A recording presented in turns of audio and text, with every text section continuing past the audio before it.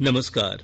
प्रादेशिक समाचार के साथ मैं ज्ञानेश्वर प्रसाद श्रीवास्तव। पहले मुख्य समाचार। राज्य में कोविड-19 संक्रमण की जांच में तेजी लाने का प्रयास जारी। स्वास्थ्य विभाग ने कहा, सभी जिलों में बनाए जा रहे हैं जांच केंद्र। पश्चिम बंगाल और आंध्र प्रदेश से झारखंड के प्रवासी मजदूरों को लाने के लिए जिला स्तर पर पदाधिकारियों की हुई प्रतिनियुक्ति। विदेशों में फंसे भारतीयों को वापस लाने का सबसे बड़ा अभियान वंदे भारत मिशन आज से हो रहा है शुरू। 14,800 से अधिक भारतीयों को लाया जाएगा स्वदेश। और आज बुद्ध पूर्णिमा के मौके पर प्रधानमंत्री नरेंद्र मोदी समारोह में लेंगे हिस्सा। कोविड-19 के योद्धाओं और पीड़ितों का होगा सम्मान। और अब समाचार विस्तार से। स्वास्थ्य विभाग के प्रधान सचिव डॉक्टर नितिन मदन कुलकर्णी ने कहा है कि कोविड-19 संक्रमण के बढ़ते आंकड़ों को देखते हुए राज्य में जांच की प्रक्रिया में तेजी लाने का प्रयास किया जा रहा है। प्रत्येक जिले में कोविड-19 की जांच के लिए सभी जिलों में जांच केंद्र बनाए जा रहे हैं। श्री कुलकर्णी कल रांची में पत्रकारों से बातचीत कर रहे थे। स्वास्थ्य सचिव ने बताया कि सरकार कोरोना संक्रमण के चेन को तोड़ने को लेकर पूरी तरह से गंभीर है। स्वास्थ्य जांच को लेकर किसी प्रकार की कमी या लापरवाही नहीं बरती जा रही है।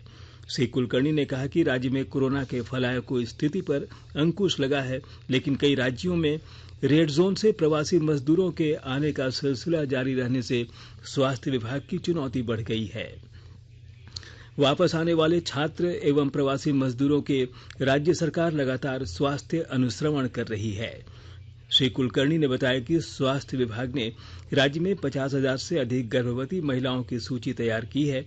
प्रोटोकॉल के तहत इन सभी गर्भवती महिलाओं को ससमय प्रसव से संबंधित सभी चिकित्सीय सुविधाएं उपलब्ध कराने के लिए विभाग प्राथमिकता से काम कर रहा है। स्वास्थ्य, चिकित्सा, शिक्षा एवं परिवार कल्याण विभाग के सचिव नितिन मदन कुलकर्णी ने कहा है कि झारखंड में कोरोना पॉजिटिव मरीजों का ग्रोथ रेट 2.52% है।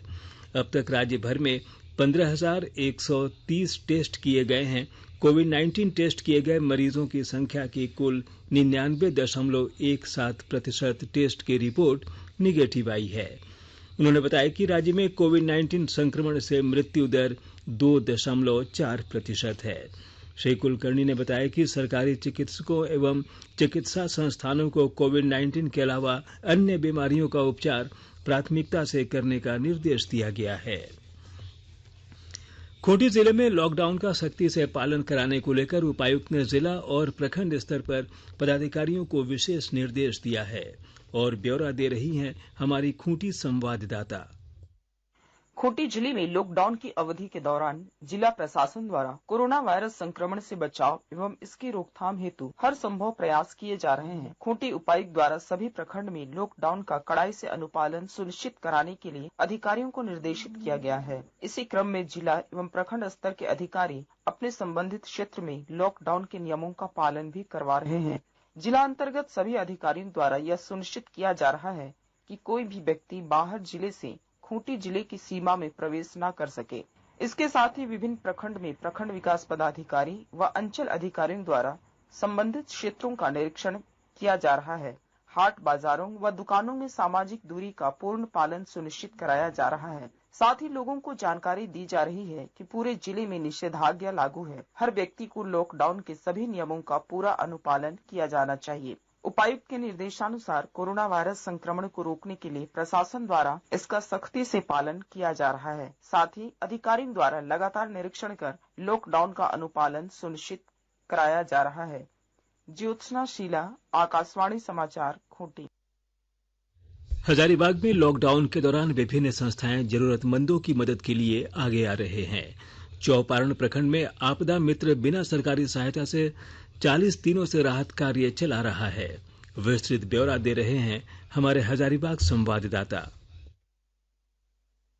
कोरोना के सामुदायिक संक्रमण को रोकने के लिए सरकार द्वारा लागू लॉकडाउन लोगों के लिए संकट काल के रूप में सामने आया है। इस संकट काल में कई संस्थाएं व लोग सेवा करने आगे आ रहे हैं। झारखंड बिहार की सीमा पर स्थित चौपारण प्रखंड में युवाओं का एक दल आपदा मित्र के रूप में सामने आया है। आपदा मित्र से जुड़े करीब 2 दर्जन लोग पिछले 40 दिन से जरूरतमंदों को भोजन उपलब्ध करा रहे हैं। प्रारंभ में करीब 1000 से अधिक लोगों को भोजन उपलब्ध करा रहे थे। अब करीब 600 लोगों को प्रतिदिन भोजन उपलब्ध कराने का काम कर रहे हैं। शुरुआत में आपसी सहयोग से और अब जन्मदिन, शादी की सालगिरह, परिजनों की जन्मदिन, पुण्यतिथि पर लोग आर्थिक मदद कर गरीब व जरूरतमंदों को भोजन उपलब्ध करा रहे हैं। शाद्वल कुमार, आकाशवाणी समाचार, हजारीबाग। राज्यपाल सह कुलाधिपति द्रौपदी मुर्मू ने नोवल कोरोना वायरस कोविड-19 से उत्पन्न स्थिति के मद्देनजर नीलांबर पीताम्बर विश्वविद्यालय पलामू के कुलपति एसएन सिंह, कुल्हान विश्वविद्यालय चाईबासा की कुलपति डॉक्टर शुक्ला मोहंती और सिद्धो कान्हू विश्वविद्यालय दुमका के कुलपति डॉक्टर मनोरंजन सिन्हा को अगले 2 माह अथवा उन विश्वविद्यालयों में नियमित कुलपति की नियुक्ति होने तक इनमें जो भी पूर्व हो तक कुलपति का कार्य करने का निर्देश दिया है। आपको बता दें कि एसएन सिंह और शुक्ला मोहंती का कुलपति के रूप में कार्यकाल आज 7 मई 2020 को समाप्त हो रहा है। सिद्धो कान्हू मुर्मू विश्वविद्यालय दुमका के कुलपति का कार्यकाल कल 8 मई को समाप्त हो रहा है। राज्य में प्रवासी मजदूरों एवं छात्र छात्राओं को लाने का कार्य जारी है। आज तेलंगाना से 905 प्रवासी मजदूरों को लेकर श्रमिक स्पेशल ट्रेन टाटानगर आ रही है। जमशेदपुर में पहली श्रमिक स्पेशल ट्रेन के आगमन को लेकर जिला प्रशासन पूरी तरह तत्पर है। उपायुक्त रविशंकर शुक्ला ने प्रवासी मजदूरों के स्टेशन पर पहुंचने पर शारीरिक दूरी के अनुपालन किए जाने तथा उनके स्वास्थ्य की जांच के बाद बसों से उनके जिलों में भेजने का निर्देश अधिकारियों को दिया है। आकाशवाणी के ताजातरीन समाचारों के लिए आप हमारी वेबसाइट newsonair.com पर लॉग इन कर सकते हैं। ताजा समाचार ट्विटर @AIR न्यूज अलर्ट्स और Facebook page All India Radio news पर भी उपलब्ध है। प्रादेशिक समाचार के Twitter account @AIR news _Ranchi और Facebook page AIR news Ranchi के अलावा YouTube channel regional news unit Ranchi पर भी हमारे बुलेटिन आप सुन सकते हैं। प्रादेशिक समाचार आप आकाशवाणी रांची से सुन रहे हैं। देश भर में जारी लॉकडाउन के दौरान जनधन और उज्ज्वला योजना के लाभुकों को केंद्र सरकार की ओर से आर्थिक सहायता दी जा रही है। इस विकट स्थिति में केंद्रीय सहायता मिलने से लाभुक महिलाएं खुश हैं और प्रधानमंत्री नरेंद्र मोदी का आभार प्रकट कर रही हैं। मोदी जी दे रहे हैं 500 रुपया, ओकरे के साग सब्जी चला लिए घरे रह रहा लिए। मोदी जी के बहुत बहुत धन्यवाद। 500 रुपया मोदी दले हथिन तो ओकरे से अभी साग सब्जी चला रही है और ओकरे से खा पी रही है, घर से ना निकल रही है। 800 रुपया फिर दले हथिन, बैठे खाना पका रही है और गरीब आदमी बहुत अथी कर लेते। उनका धन्यवाद है। मोदी सरकार के बहुत हमने नाम लिए दिन रात और घर से नहीं निकल रही, हमने कहूँ ना साग सब्जी सब हटे चला रही। जन धन योजना के तहत से 500 रुपया मेरा खाता में आया है। वही लॉकडाउन में वही पैसा को खरीदारी कर रहे हैं और घर में रह रहे हैं। मेरा खाता में 500 रुपया आया है। लॉकडाउन में वही खर्च कर रहे हैं। सरकार को धन्यवाद। केंद्र सरकार विदेशों में फंसे भारतीयों को वापस लाने का सबसे बड़ा अभियान वंदे भारत मिशन आज से शुरू करेगी। इसके तहत 12 देशों से 14,800 से अधिक भारतीयों को वापस लाया जाएगा। इस दौरान विदेशों में फंसे भारतीयों को वापस लाने के लिए 64 उड़ानों का संचालन किया जाएगा। नागरिक उड्डयन मंत्री हरदीप सिंह पुरी ने कहा कि इन उड़ानों का संचालन 7 मई से 13 मई तक किया जाएगा। उन्होंने कहा कि इनमें संयुक्त अरब अमारात के 10, कतर से 2, सऊदी अरब से 5, ब्रिटेन से 7, सिंगापुर से 5, अमेरिका से 7 और ओमान से 2 उड़ान शामिल हैं। इधर विदेशों में फंसे भारतीयों को स्वदेश लाने के लिए नौसेना ने भी समुद्र सेतु अभियान शुरू किया है। इसके लिए नौसेना के 2 जहाज माले भेजे गए हैं ताकि शुक्रवार से मालदीव से लोगों को निकालने का काम शुरू हो सके। मालदीव में भारतीय दूतावास ऐसे भारतीय नागरिकों की सूची तैयार कर रहा है जिन्हें जांच के बाद जहाज से लौटने की अनुमति दी जाएगी। पहले जत्थे में 1000 लोगों को मालदीव से वापस लाने की योजना है। कोविड-19 संक्रमण की निगरानी और बचाव के लिए लॉन्च किया गया आरोग्य सेतु ऐप लोगों के लिए हितकर साबित हो रहा है। चतरा जिले में कई लोग इस ऐप को डाउनलोड कर संक्रमण से बचाव के लिए सतर्कता बरत रहे हैं। वहीं साहिबगंज जिले में किसानों को आरोग्य सेतु ऐप डाउनलोड करने के लिए किसानों को प्रेरित किया जा रहा है। डॉक्टर अमृत कुमार झा कृषि विज्ञान केंद्र में प्रधान के रूप में कार्यरत हूँ। केंद्र सरकार के दिशा निर्देशानुसार मैंने आरोग्य सेतु ऐप हमारे यहाँ कार्य करने वाले सभी 8 वैज्ञानिकों एवं कर्मियों को डाउनलोड करवाया है। इसके अलावा हम लोगों का एक व्हाट्सएप ग्रुप है और उसमें 50 किसान जो है जुड़े हुए हैं उससे, तो हम लोगों ने उन किसानों के पास भी लिंक भेजकर आरोग्य सेतु ऐप डाउनलोड करने का आग्रह किया है। मैं यहाँ पर आपको बता दूं कि आरोग्य सेतु ऐप कोरोना के बचाव से संबंधित आपको जानकारी देता है। यदि आप इसमें निबंधन करा लेते हैं तो सबसे पहले तो आपको ये जानकारी मिल जाती है कि आप कितने सुरक्षित हैं। आप इस ऐप को आप अपने मोबाइल को लेकर बाहर यदि जाते हैं और इसमें यदि ब्लूटूथ और जीपीएस लोकेशन ऑन है तो 6 मीटर के आसपास यदि कोई कोरोना संक्रमित मरीज है तो उसकी सूचना आपके मोबाइल के द्वारा आपको मिल जाए। हजारीबाग जिले में वाहन जांच के दौरान पकड़े गए 1 दर्जन वाहनों से खनन विभाग ने 19,50,000 रुपए का जुर्माना वसूला है। बुधवार को पुलिस अधीक्षक ने बताया कि कोयला लदे वाहनों के कागजातों की जांच की जिम्मेवारी जिला खनन पदाधिकारी को दी गई थी। जुर्माना वसूल करने के बाद वाहनों को छोड़ दिया गया। आज बुद्ध पूर्णिमा है। प्रधानमंत्री नरेंद्र मोदी बुद्ध पूर्णिमा समारोह में हिस्सा लेंगे। इस अवसर पर संस्कृति मंत्रालय अंतर्राष्ट्रीय बौद्ध परिसंघ के सहयोग से वर्चुअल प्रार्थना आयोजित कर रहा है, जिसमें दुनिया भर के बौद्ध संघों के सर्वोच्च गुरु हिस्सा लेंगे। दुनिया भर में कोविड-19 महामारी के फैलाव को देखते हुए आज बुद्ध पूर्णिमा के कार्यक्रम वर्चुअल माध्यम से आयोजित हो रहे हैं। इस समारोह में कोविड-19 के योद्धाओं और पीड़ितों का सम्मान भी होगा।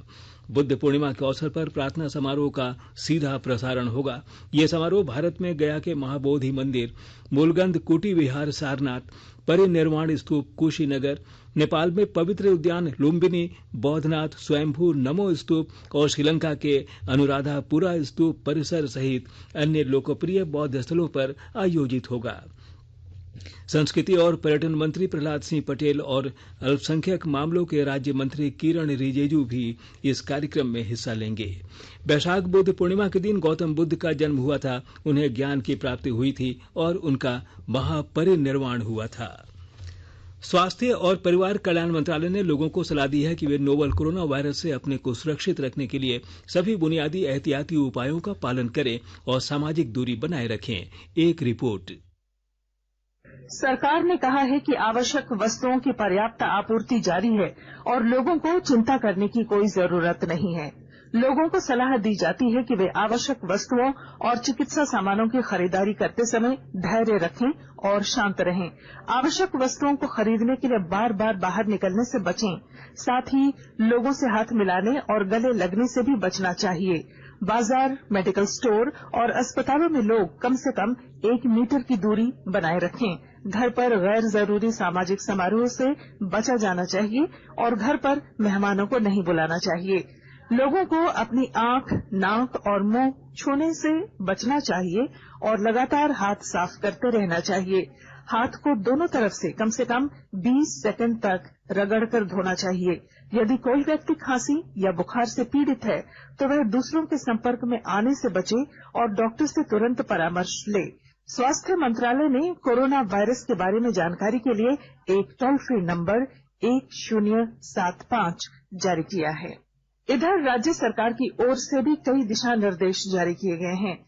इस सिलसिले में सरकार ने हेल्पलाइन नंबर 181 जारी किया है। सरकार ने कहा है कि कोरोना वायरस से संदिग्ध तौर पर संक्रमित कोई व्यक्ति पाया जाता है तो इसकी सूचना 0651 जो रांची का कोड है और टेलीफोन नंबर 2261-000 तथा 2261-002 के अलावा फैक्स नंबर 2261-856 और मोबाइल नंबर 9955837428 पर दी जा सकती है। आकाशवाणी रांची भी आपसे अपील करता है कि कोविड-19 के संक्रमण से बचने और अन्य लोगों को सुरक्षित रखने के लिए कृपया घर पर ही रहें और सरकारी दिशा निर्देशों का पालन करें। और अब अंत में मुख्य समाचार एक बार फिर। राज्य में कोविड-19 संक्रमण की जांच में तेजी लाने का प्रयास जारी। स्वास्थ्य विभाग ने कहा सभी जिलों में बनाए जा रहे हैं जांच केंद्र। पश्चिम बंगाल और आंध्र प्रदेश से झारखंड के प्रवासी मजदूरों को लाने के लिए जिला स्तर पर पदाधिकारियों की हुई प्रतिनियुक्ति। विदेशों में फंसे भारतीयों को वापस लाने का सबसे बड़ा अभियान वंदे भारत मिशन आज से हो रहा है शुरू। 14,800 से अधिक भारतीयों को लाया जाएगा स्वदेश। और आज बुद्ध पूर्णिमा के मौके पर प्रधानमंत्री नरेंद्र मोदी समारोह में लेंगे हिस्सा। कोविड-19 के योद्धाओं और पीड़ितों का होगा सम्मान। इसके साथ ही आकाशवाणी रांची से प्रादेशिक समाचार का ये बुलेटिन समाप्त हुआ। नमस्कार।